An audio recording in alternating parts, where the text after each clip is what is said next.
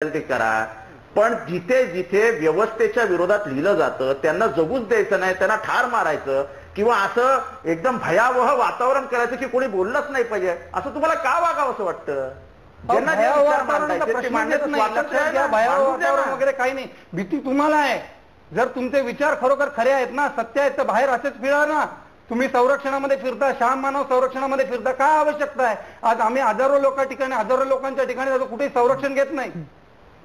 आपण एक मुद्दा मांडायचा आहे हमीदला आणि मग आपण सुराडकर सर आणि महाराष्ट्रात उघड होत आहे आणि ज्या पद्धतीने तुम्ही बोलताय त्या पद्धतीने तुम्हाला कोणाची भीती आहे? जितेंद्र आव्हाड, तुम्हाला कोणाची भीती आहे की असं तुम्हाला संरक्षण घेऊन फिरावं असं वाटतं?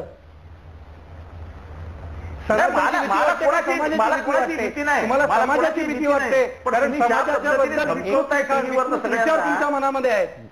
नाही, मला असं वाटतं की आपण ज्या पद्धतीने तुम्ही लोकांना बोलता आहात, त्या ज्या पद्धतीने लोकांना धमकवतात याचा दुसरा अर्थ निघू शकत नाही.